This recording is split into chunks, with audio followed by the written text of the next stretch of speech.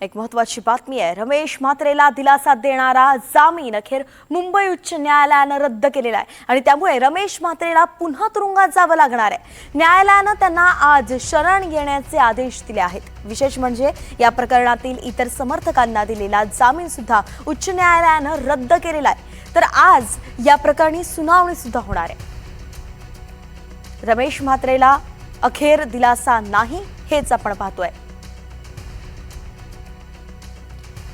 आपले प्रतिनिधी अमजद खान आपल्यासोबत जोडले गेले आहेत। अमजद, आजची डेडलाईन देण्यात आली आहे रमेश म्हात्रे यांना, काय सांगाल सविस्तरपणे?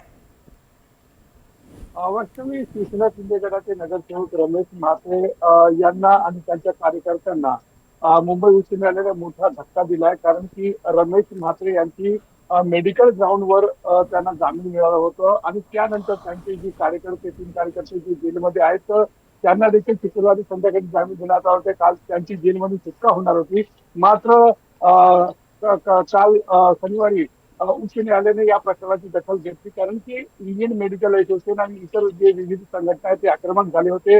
इंडियन मेडिकल असोसिएशनने सोमवारपासून 24 तासाचा आपली सेवा बंद करण्याची घोषणा देखील केली आहे आणि एका प्रकारे जे जामीन मिळाले या आरोपींना, त्यामुळे जनमानसांमध्ये एका प्रकारे याचा विरोध होत होता आणि काल हायकोर्टाने दखल घेतल्यानंतर थेट जे आहे जे या चौघे आरोपी आहेत त्यांची जामीन रद्द केलं आणि आदेश दिला की या जे रमेश म्हात्रेचे कार्यकर्ते तिघांना जेलमधून त्यांचा जो सुटकेचा जो प्रयत्न सुरू होता आणि निर्णय घेतला होता जे प्रशासनाने, तो त्वरित थांबवला आणि तसेच रमेश म्हात्रे यांची बेल झाली होती तो देखील हायकोर्टाने रद्द केला आणि आज संध्याकाळी 7 वाजेपर्यंत रमेश म्हात्रे यांना पोलिसांसमोर शरण घ्यायचे आहे।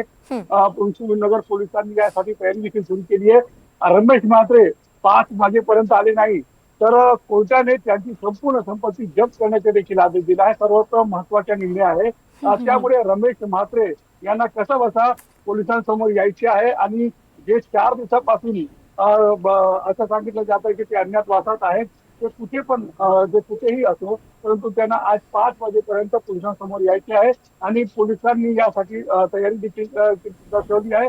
रमेश म्हात्रे यांना अटक केल्यानंतर पोलीस त्यांना कोर्टात हजर करणार, त्यानंतर पुढची प्रक्रिया होणार आहे। मात्र रमेश म्हात्रे आणि त्यांच्या कार्यकर्त्यांना जे कोर्टाने धक्का दिला आहे त्यामुळे जे डॉक्टर्स आणि नर्स जे आहे त्यांच्यामध्ये एक समाधान व्यक्त केलं जात आहे की हायकोर्टाने त्यांची दखल घेतली आहे। वैष्णवी, अर्थातच समजत पाहावं लागेल आज 5 पर्यंत ते जात आहेत का पोलिसांकडे, शरण जात आहे का हे पाहणं अत्यंत महत्त्वाचं आहे।